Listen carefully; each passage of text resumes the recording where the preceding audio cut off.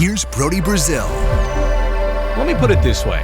I think Major League Baseball is officially sold on the ABS system. This is the automated balls and strikes system. It doesn't mean that there's a robo-ump. Not every pitch is determined by a computer, but there is the challenge system. A handful of times per game, the batter, the catcher, or the pitcher can tap their head, their helmet. That initiates this Hawkeye system, which now you've seen during spring training of 2025. They can instantly tell you whether that pitch was a ball or a strike, and with all the graphic representation of where it missed or was it in the zone, so you can get that confirmation of what is usually a ball 4 or a strike 3. You're probably not doing this in a 1-1 count. But the bottom line is, baseball, I think, seems pretty sold on implementing this for the start of next season. I do believe that 1 year from today, basically, when 2026 rolls around, that Major League Baseball will have in place this automated balls and strikes system. I want to recap 2 reasons why. First off is last year. At the AAA level, I didn't realize how much they tested out the ABS system. 740 AAA games last year with ABS. They installed this in the minor league stadiums. They also had a 2-challenge limit, meaning that the way they'll do it in Major League Baseball in the future is that if you have 2 challenges and you challenge successfully, you get to keep your 2 challenges. Once you fail on a challenge, you lose it. So you go from 2 down to 1, down to maybe none if you fail twice. But so long as your challenges keep working, you can keep challenging. But in the minor league system, they just had an overall 2-challenge limit. So they averaged still 3.9 challenges per game. Like, teams were not afraid to use this challenge system, and there was a 50.6% overturn ratio. And what that means is that obviously 50.6% of the time, the call was changed or reversed to what the batter or pitcher or catcher thought. But there is kind of a happy window, right? You don't want this to be a 30% overturn ratio, because if it's down to 30%, then that means the umpires are typically getting it right. And maybe this system is not necessary, or we're only doing it for a small fraction of the time. If it's upwards of like 70%, well, then this system is going to be used all the time. And the 16.6 seconds on average is going to go from just a couple minutes time to like 10 minutes of added time. And I don't think the umpires are that inaccurate to begin with. But a couple times a game, it makes sense. And the fact that it is, again, a 50.6% overturn rate, that's kind of in the happy window. I think it's from about 50 to 55% is optimally what you're aiming for. You want it to be overturned more than not, but not by a large amount. So 50.6% looking good. Wait until you see the major league stats from spring training this year. I'll have those in just a second. Only 2.5% of all called pitches are challenged. So you think about, half the times in a game, a ball is fouled off or it's put into play. But of the called balls or strikes, and there's maybe a couple hundred of those a game, maybe 2 something per game, only 2.5% are challenged. And that's what brings you to the 3.9 challenges on average per game. It takes about 17 seconds per challenge. And you do the math, 17 times, let's say, 4. First off, I'm doing red on red, which is not great.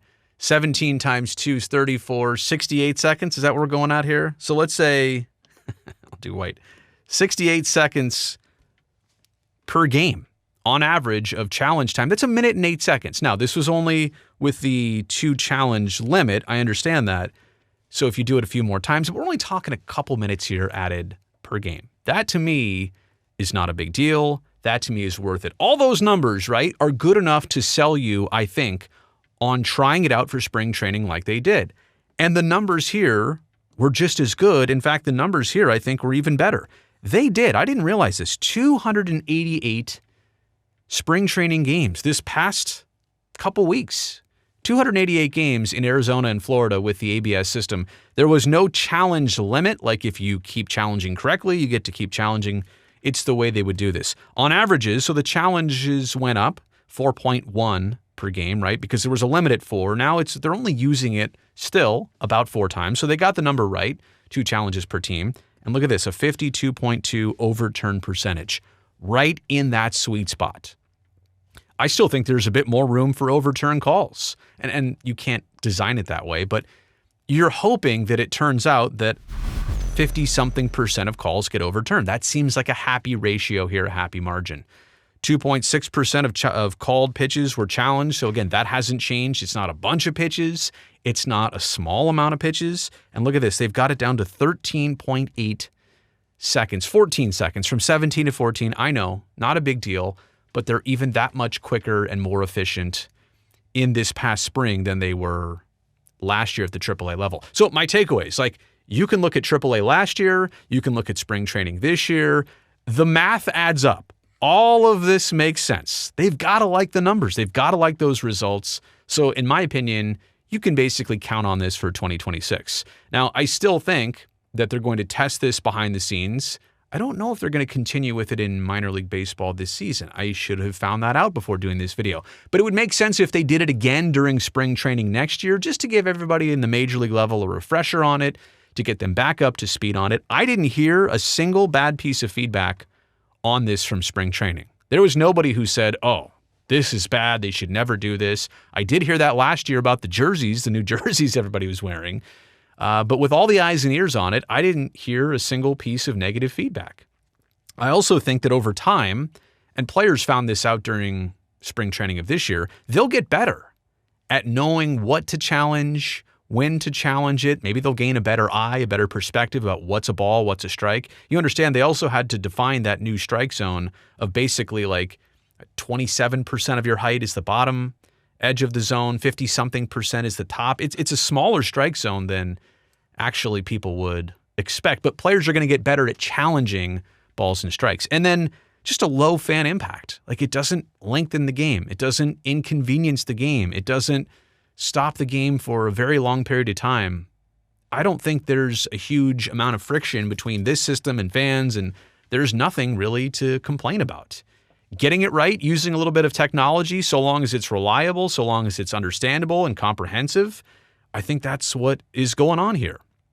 So in my opinion, Major League Baseball, with the stats they have, with the test runs they have on this, I think they are absolutely sold on the ABS system starting in 2026 regular season games. Let me know if you feel the same way. Put that down in the comment section below.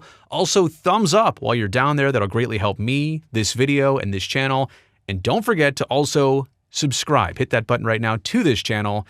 That way I can definitely see you back here next time.